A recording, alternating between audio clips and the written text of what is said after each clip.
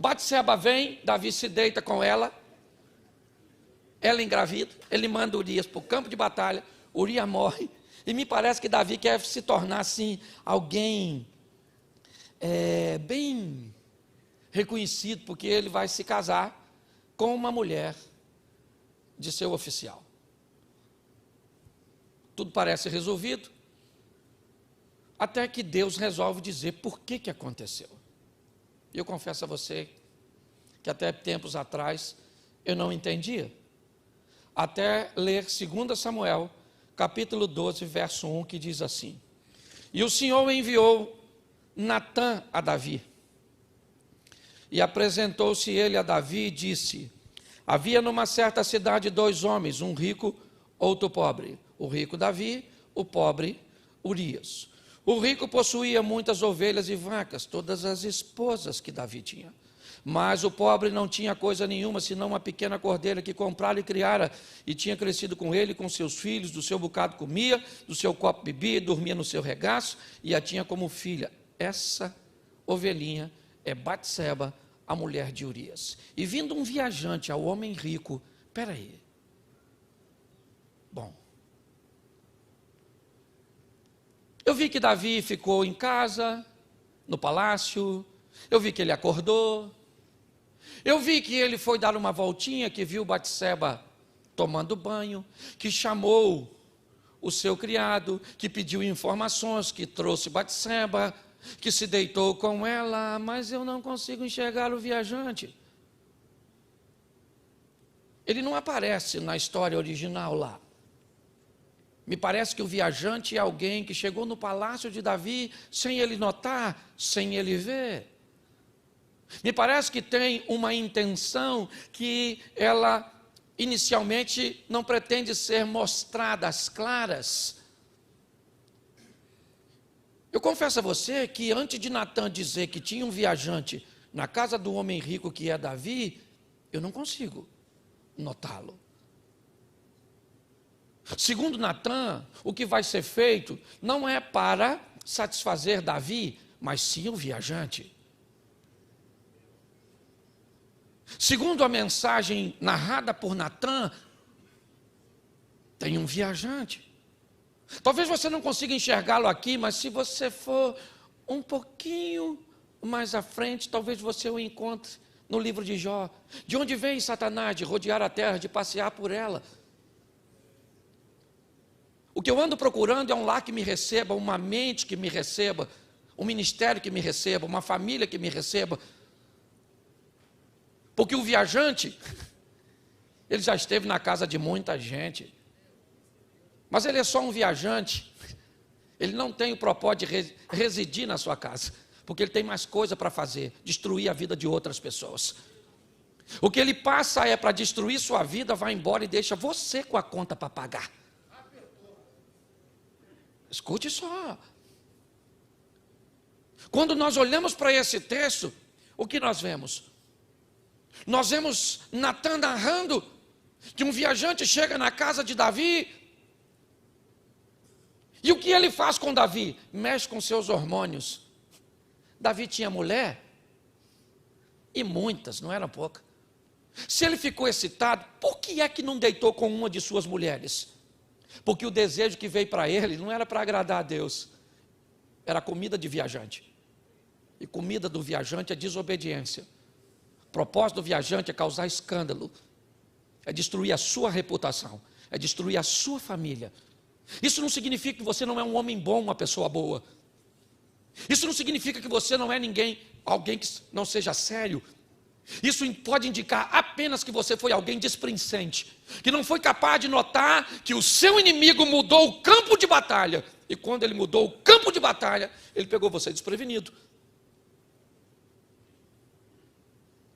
Mas preste atenção, Davi não está entendendo isso ainda, porque ele não sabe quem é o viajante, ele não sabe quem é o homem rico, ele não sabe quem é o homem pobre, ele não sabe quem são as ovelhinhas, e muito menos a cordeira desse vizinho. Quando Natã termina de falar, Davi diz: que absurdo! Isso é algo incoerente, isso precisa ser reparado. Quem é esse indivíduo? Aí Natan disse: esse cara é tu, meu irmão. Você. Ok?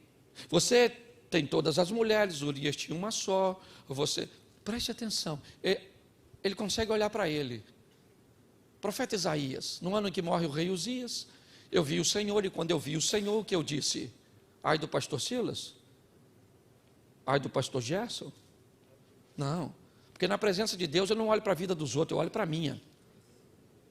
Quando você vê alguém examinando a vida dos outros, ele pode estar na presença de qualquer um, menos na de Deus. Porque na presença de Deus você não tem tempo de olhar para os outros, você tem tempo de olhar para você. Entende? Quando Davi faz isso, ele dá uma olhada para ele, e aí deu ruim. Mas engraçado é a mensagem que Natan traz para ele: mas fique tranquilo, sua postura trouxe para você perdão. Deus te perdoou e você não vai morrer, mas o filho que nasceu morre. A espada jamais se aparta da sua casa. E o que você fez escondido vão fazer com você às claras. Poxa, isso é perdão? Poxa, é um negócio absurdo. Eu fico pensando. Às vezes a gente se atrapalha um pouco nisso, né? Quando nós ouvimos a palavra de que a oração do justo pode muitos de seus efeitos, a primeira coisa que nós pensamos é que não somos justos. Às vezes a gente se atrapalha um pouquinho. Bom, vamos imaginar isso aqui. Um homem vem andando em alta velocidade, passou num ponto de ônibus, ele tinha bebido um pouco, atropelou 5 pessoas, dessas 5, um garoto de 12 anos, o Carlinhos, ele morreu atropelado.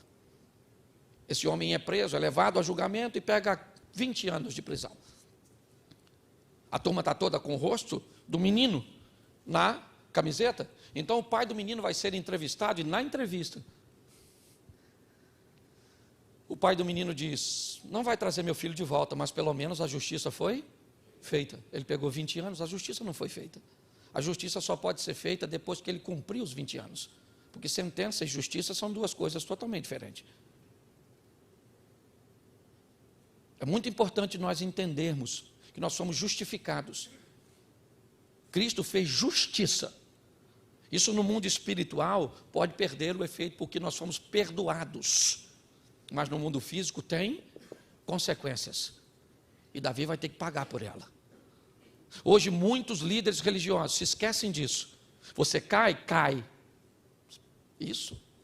Todo aquele que está de pé, cuide para que não caia. Mas preste atenção.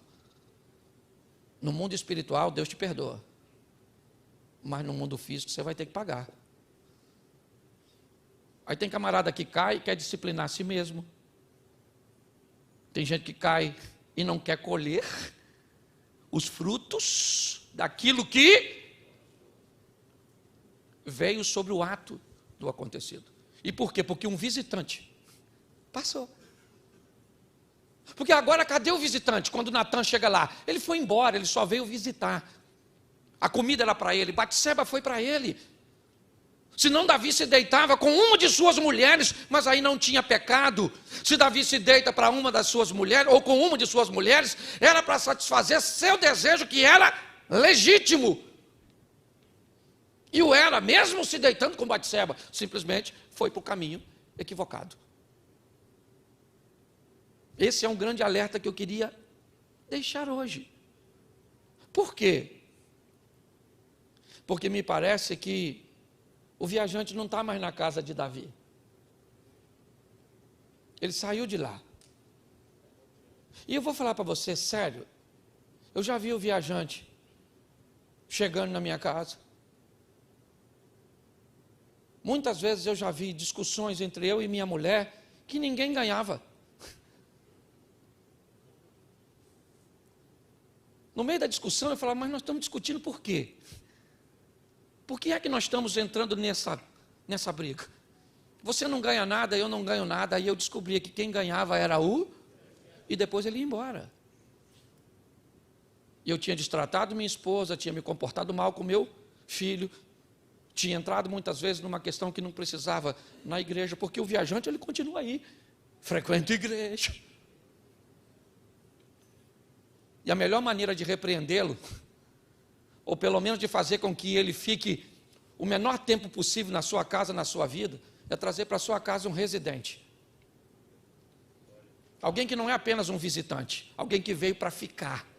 Ele trouxe consigo sua palavra, ele trouxe consigo seu espírito, ele trouxe consigo seus valores. E mesmo fazendo tudo isso, o viajante ainda vai entrar. Mas quando ele entrar, que ele tentar sentar na mesa, o residente está lá, combatendo, nos fortalecendo. Irmãos, eu sei que é desafiador para todo mundo. E talvez o maior desafio de todos é usar sobre nós a nossa própria métrica e pararmos de nos medir por outros ministérios, por outras pessoas. Que possamos, nesta manhã, entender que o viajante é o único que se beneficia e que nós precisamos lutar contra ele. Davi era um homem de Deus e não deixou de ser por causa disso. Se você caiu, se um acidente te acometeu, isso pode acontecer com qualquer um, ok? Agora, se você vive debaixo de pecados repetitivos, saiba que talvez o viajante achou tão bom ficar contigo, que resolveu não ir mais embora.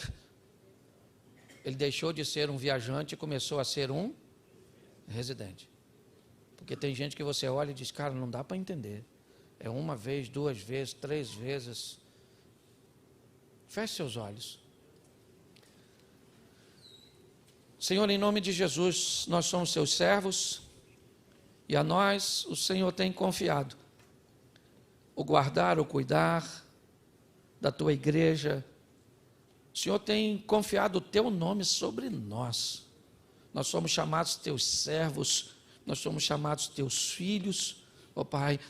E o viajante continua procurando um lugar, uma mente, uma casa, uma igreja, ó Pai, alguém que ele consiga entrar só para envergonhar teu nome, porque ele não envergonhou somente Davi, o Senhor mesmo disse, isso não vai ser desse jeito, porque pessoas não vão falar mal a meu respeito, Davi, por tua causa.